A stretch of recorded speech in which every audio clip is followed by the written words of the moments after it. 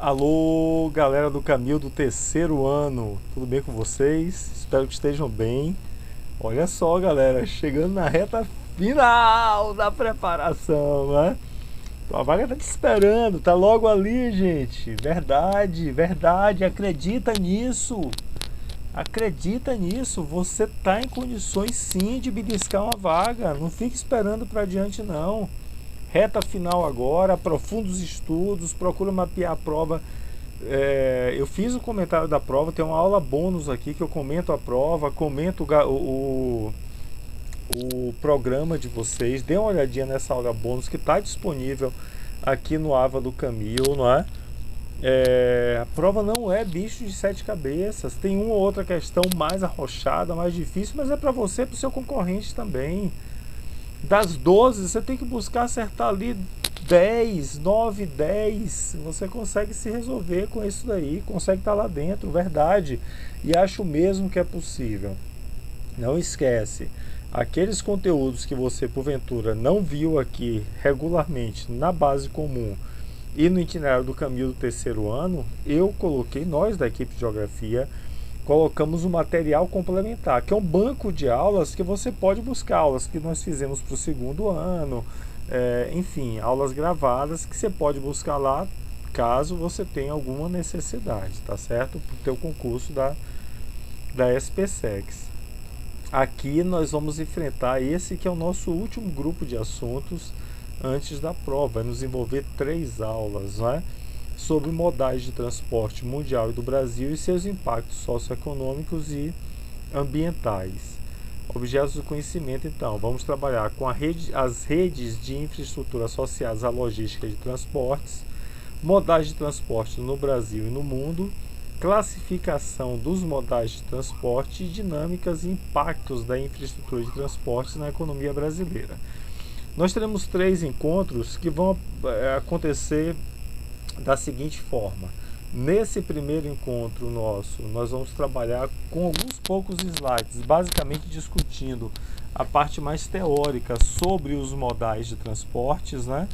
Quais são os modais, quais são as características de cada um, o que é que tem de vantagem, o que é que tem de desvantagem de cada um deles, um encontro de meia hora. No próximo encontro nosso, na nossa próxima aula, eu vou colocar para vocês uma série de imagens, inclusive do teu livro-texto, para que nós possamos discutir sobre essa relação entre o uso e as características dos modais nos países centrais e no Brasil especificamente, mas a gente pode conversar de forma mais ampla nos países periféricos. E a última aula vai ser sobre o histórico da implantação da rede de transportes aqui no Brasil e a situação atual, tá certo? Então acho que assim a gente fecha bem esse assunto e praticamente concluímos essa parte preparatória, porque vai ser já na iminência da tua prova da SPSEX, né? Bacana, vamos lá, sobre isso a gente conversa adiante, vamos fechar esse último assunto. Então a aula de hoje, como eu falei, vai ser uma aula mais rápida. Não há esse assunto, rede de transportes, no suplemento de revisão. Então a orientação de estudos é pelo livro 2, capítulo 24, beleza? Olha só, galera, alguns temas são necessários para a nossa discussão preliminarmente ao entendimento das características dos modais. Vocês veem que o último tópico aqui é vantagens e desvantagens de cada modal. É o que nós faremos a seguir, tá bem? Por hora aqui, eu preciso conversar com vocês algumas coisas. Por exemplo, relacionar rede de transportes com desenvolvimento econômico, não é? Não dá para pensar em crescimento econômico. É diferente crescimento e desenvolvimento, né? Porque crescimento é uma perspectiva meramente quantitativa, desenvolvimento tem uma amplitude maior, tem um espectro social também. Então não dá para falar mesmo de crescimento econômico do país sem energia, sem indústria de base, claro, e sem transporte, sem circulação, não é? Nós já estudamos anteriormente indústrias do Brasil e sabemos que existe um custo de se produzir aqui no território brasileiro. O custo de se produzir aqui, o chamado custo Brasil, dentre outras coisas, está muito relacionado à obsolescência da nossa rede de transportes, a dependência do rodoviarismo, a pequena modernidade dos nossos portos, a pequena infraestrutura para guarda do material produzido, para o estoque do material produzido. Esse é um desafio fundamental na busca pelo desenvolvimento econômico. Um outro elemento também que vai aparecer já na segunda aula. Hoje nós temos uma rede urbana bem integrada. Não é a rede urbana brasileira, é uma rede urbana bem integrada. Nós conseguimos circular de qualquer capital para qualquer outra capital, utilizando diferentes modais de transportes, e conseguimos fazer essa circulação no prazo de um dia, mesmo saindo das capitais amazônicas de mais difícil acesso, né, porque por motivos óbvios da barreira natural da imensa floresta amazônica, né? Mas há sim uma possibilidade real de você circular pela rede. E esse foi um desafio que a gente só conseguiu alcançar na segunda metade do século XX, com a expansão da malha rodoviária e dos aeroportos, né? Dos voos comerciais. Antes disso, a circulação no nosso território era num tempo muito lento. Já havia alguma conectividade entre os principais pontos de povoamento, mesmo no período colonial, só que a circulação era no período pré-mecânico, dependia muito dos elementos da natureza, as distâncias eram percorridas com muita dificuldade, num tempo muito lento, efetivamente, lombo de burros, né, caminhando, morrendo pela estrada, sobre as agruras do clima, dos animais peçonhentos, enfim, os riscos da estrada, né? Então, a integração regional, possibilitando a integração nacional, está decisivamente vinculada à expansão da rede de transportes no nosso território. Isso vale para o mundo, evidentemente, né? E aqui, com um olhar mais focal, no caso brasileiro. Outro tema que merece ser discutido é a relação dispersão-concentração.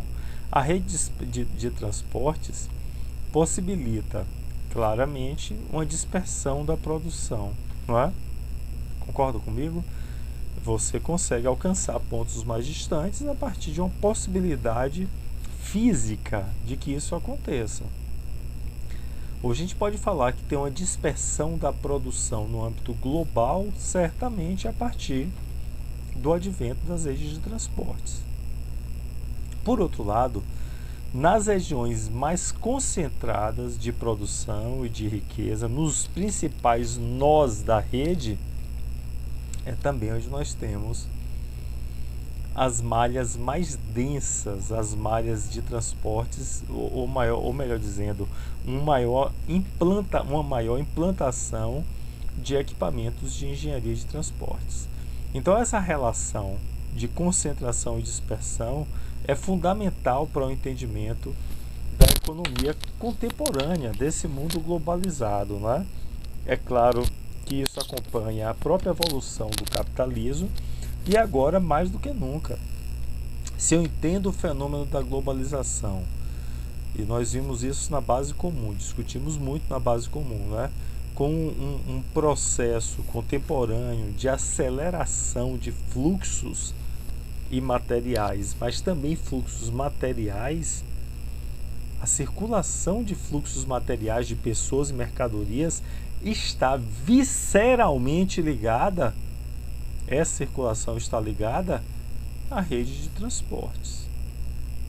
E hoje, mais do que nunca, é real a possibilidade de aí da tua casa você entrar no site, o e-commerce se expandiu muito durante esses quase 2 anos de pandemia do Covid. É muito real você da sua casa entrar no site, fazer um pedido de um produto.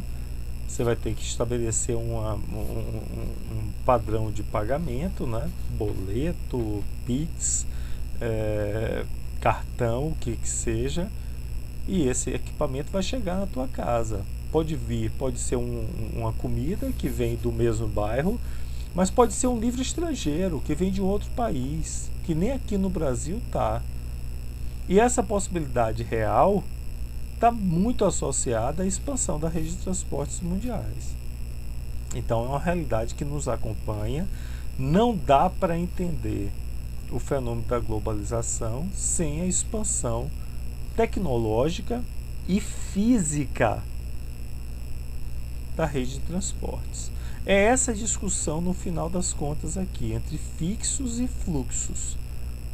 Eu não tenho como pensar na aceleração de fluxos, na circulação, se eu não tiver o fixo, a base.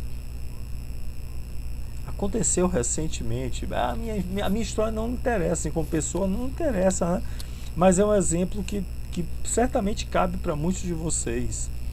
Eu sou do interior da Bahia, de uma pequena cidade chamada Amargosa. E a minha mãe mora lá ainda, é uma senhora de 70 e tantos anos. E no meu aniversário, no ano passado, ela queria me dar um livro, só que o livro não tinha aqui no Brasil ainda. Ela fez uma encomenda desse livro, com a ajuda da minha irmã e tal, fez uma encomenda desse livro no site internacional. E esse livro, depois de algum tempo, chegou lá na cidade de Amargosa. O que é que isso tem de exemplar? Toda a história é exemplar para essa conversa nossa. Primeiro, fluxos informacionais. Ela entrou numa rede de computadores, localizou o livro que queria, deu a informação do cartão de crédito dela, teve a circulação da informação, que também é a circulação de capital, que saiu da conta dela e foi para a conta da empresa. Essa empresa, fora do Brasil, em algum momento cortou madeira, transformou em papel, se não ela comprou de outra empresa. Um autor publicou o livro, escreveu, esse livro foi editado, entrou numa linha de produção e saíram vários livros lá nesse outro país. Um desses livros, a empresa recebeu informação de que uma pessoinha lá de Amargosa precisava desse livro. Esse livro foi pego materialmente, colocado, embalado e depositado no correio. O correio levou ao aeroporto. Do aeroporto lá dos Estados Unidos veio para o aeroporto de Amargosa, mentira. Amargosa é muito pequenininha, tem até uma pista de pouso, mas não tem aeroporto. Foi para o aeroporto de Salvador, possivelmente. De Salvador embarcou no carro,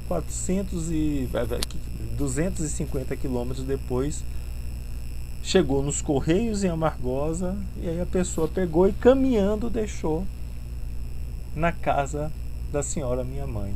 Olha só toda essa circulação, tanto dos fluxos informacionais como dos fluxos materiais, do fluxo material, do produto concreto, ela dependeu de toda uma estrutura de fixos que não estavam postos, que foram construídos ao longo do tempo, ao longo do desenvolvimento tecnológico da humanidade e que possibilitam essa situação, acredite, que é absolutamente ficcional para uma pessoa que viveu, por exemplo, na década de 70. Essa é uma realidade contemporânea. Isso que eu contei aqui pode parecer uma história muito banal para a maioria de vocês que nasceram no século 21, a geração Z, não é isso? Acho que sim. Mas é absolutamente ficcional para quem nasceu e viveu há 3, 4 décadas. Não é? Então é um desenvolvimento tecnológico, inclusive na implantação dos fixos, que permite a intensificação desses fluxos da nossa contemporaneidade. Não é? Quando a gente fala de rede de transporte, de circulação e desenvolvimento econômico, nós estamos pensando em perspectiva de produção de infraestrutura, não é? Equipamentos de engenharia que produzem essa infraestrutura. Aqui no Brasil nós estamos falando de construir a Ferronorte, né? Uma ferrovia que vai cruzar a priori o centro do território brasileiro, chegando até o porto lá de Belém, Santarém, Belém, passando aqui, inclusive Brasília, passando pela região de expansão do agronegócio. Isso é implantação de infraestrutura, é uma perspectiva. Os metrôs, né? Nós moramos numa cidade que tem um metrô, é uma possibilidade de circulação rápida, não é? os ônibus com vias exclusivas, os trens rápidos, né? Tudo isso é produção de infraestrutura. E agora nós vamos falar, então, nesses próximos minutos, sobre as vantagens e desvantagens de cada um dos modais. Primeiro, o que é um modal? Um modal é um tipo de transporte, é um modo de transporte, não é? Então, você tem os modais de transportes, e quando você, por exemplo, fecha um contrato, você é produtor de soja do Oeste Baiano, e aí você contrata uma empresa para vender a tua soja para a China. Essa empresa certamente vai adotar uma estratégia multimodal, melhor dizendo, intermodal de transportes. Vai pegar o caminhão que vai coletar a soja na tua fazenda, vai levar até uma área portuária, do porto vai para outro país e por aí vai, né? Se nós tivéssemos há algumas ferrovias aqui, né? Poderia ser de um porto, pegar um porto fluvial e depois chegar. A intermodalidade é quando a empresa que você contratou responde por toda essa troca de modais, né? Ou então você próprio pode fazer a opção pela multimodalidade. Olha, eu vou entregar a soja no porto, para isso eu vou utilizar um caminhão. Lá você usa um outro modal. Então, multimodalidade e intermodalidade praticamente a mesma coisa, né? A intermodalidade está vinculada a um único contrato, ao passo que a multimodalidade são vários contratos. Mas tanto a multimodalidade como a intermodalidade diz respeito ao uso de mais de um modal para fazer circular um determinado produto, tá certo? Quais são os modais de transportes? Vamos pensar juntos aqui? Então nós temos os mais habituais, né? O modal rodoviário, o modal ferroviário, o modal aéreo, aí tem o modal hidroviário, que pode ser fluvial, pode ser marítimo, beleza? O marítimo pode ser de cabotagem ou de longa duração, longas distâncias, não é? Que é o mais habitual, é o principal modal para os produtos da globalização, né, que singram os oceanos, tá bem? Além disso, nós podemos falar do modal metroviário, que é uma derivação do ferroviário, não é? Mas o metroviário está ligado às áreas urbanas, né? Principalmente as áreas urbanas, e muito mais vinculado, óbvio, à circulação de pessoas. Tá bem? Um outro tipo de modal de transportes, muito ligado a tipos específicos de commodities, é o modal dutoviário, que é a circulação por dutos, por grandes encanações, né? Professor, não dá para circular pessoas por aí? Por hora não. Quem sabe no futuro isso aconteça, né? A pessoa se entrar no tubo e ser cuspido lá na Europa. Por hora não. Por hora não acontece isso, mas é muito habitual, por exemplo, para descarga de navios com grãos, para grão de soja, para farelo de soja, né? Vai através do duto para um silo, por aí vai. Ou então gasodutos, né? Nós temos aqui no Brasil o gasoduto Bolívia-Brasil, que chega até Campinas, a cidade que você vai morar, ou então um gasoduto que circula praticamente por todas as capitais litorâneas do Nordeste brasileiro. Tem gasoduto, inclusive, na Amazônia, não é? Oleodutos. A Europa é abastecida com gás e petróleo que vem da Rússia e vem do Oriente Médio, dos países do norte da África também, predominantemente através de dutos, não é? É também uma forma muito prática de circulação de mercadorias, não é? Se eu ver a próxima imagem aqui, pois é, a gente vai falar de cada um dos modais nesse minuto, tá bem? Ou pelo menos dos principais, né? Identificar as vantagens e desvantagens. Olha só essa frase do professor Milton Santos, o último livro que ele lançou em vida, ele com a professora Maria Silveira. Ele fala sobre isso, olha, agora, ou seja, na nossa contemporaneidade, na globalização, é a circulação que preside a produção. Não adianta você produzir num lugar recôndito do interior se você não tiver uma estratégia de circular a produção. Porque no mundo globalizado, a produção é cada vez mais para uma demanda supralocal. Você não produz para atender a demanda daquele local, aquele mercado consumidor pontual. Só pequeníssimo produtor. De uma forma geral, o grande produtor, o produtor industrial, nem se fala, ele produz para demandas supralocais.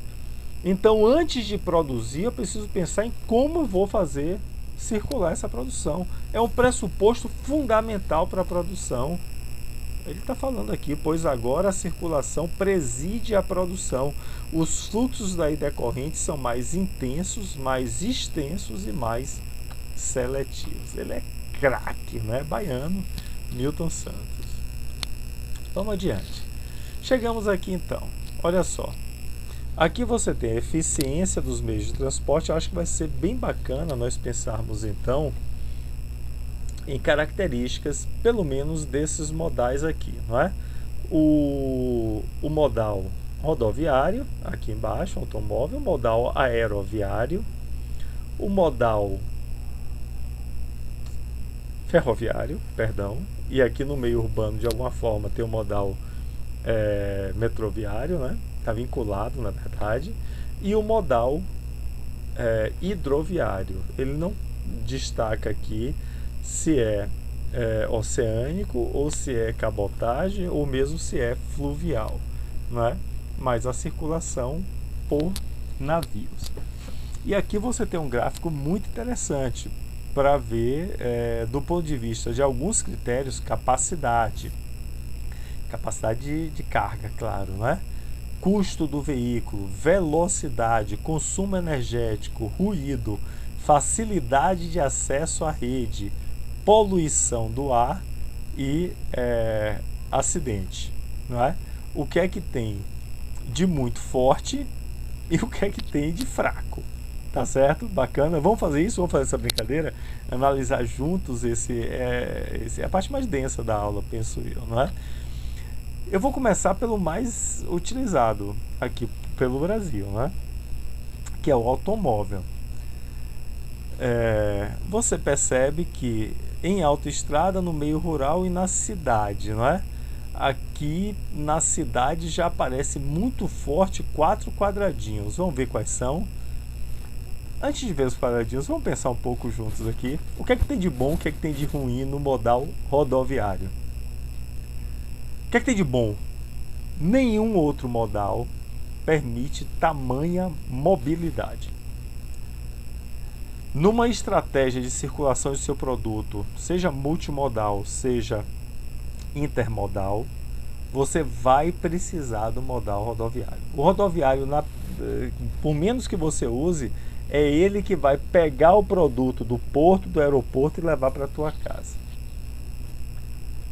Você daí de onde você está, você pode pegar um carro e viajar para Pirinópolis, na hora que você quiser, chegando no ponto da pousada ou da casa que você quiser. Então, olha só, facilidade de acesso à rede, que é esse ponto. Você percebe que o modal rodoviário é mais amplo do que os demais. Facilidade de acesso à rede. Estão percebendo? Muito forte a capacidade do modal rodoviário nesse item aqui. É a grande vantagem do modal rodoviário. Nos outros todos, ele tem problema. Ah, professor, mas está verdinho aqui. É poluição. Ou seja, está verdinho não é coisa boa desse quadradinho que estou passando o mouse, não. É poluição do ar. Polui pra caramba. Né? Acidente verde também, é horrível. É horrível. Na cidade, muito, na autoestrada, você vê que todos os outros aqui são muito mais seguros do que o rodoviário. Não é? Aqui outro verdinho, consumo energético. Ou seja, dos verdinhos que... Ruído verde também. Dos verdinhos que estão marcados aqui, o único positivo é esse. Facilidade de acesso à rede.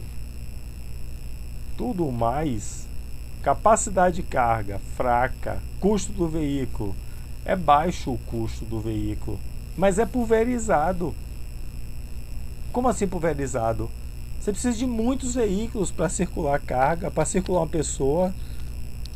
Quantas pessoas cabem no carro? 5. Quantas pessoas vão no ônibus? O ônibus é um bom exemplo, não. No trem, no metrô, né? No avião. Capacidade muito maior.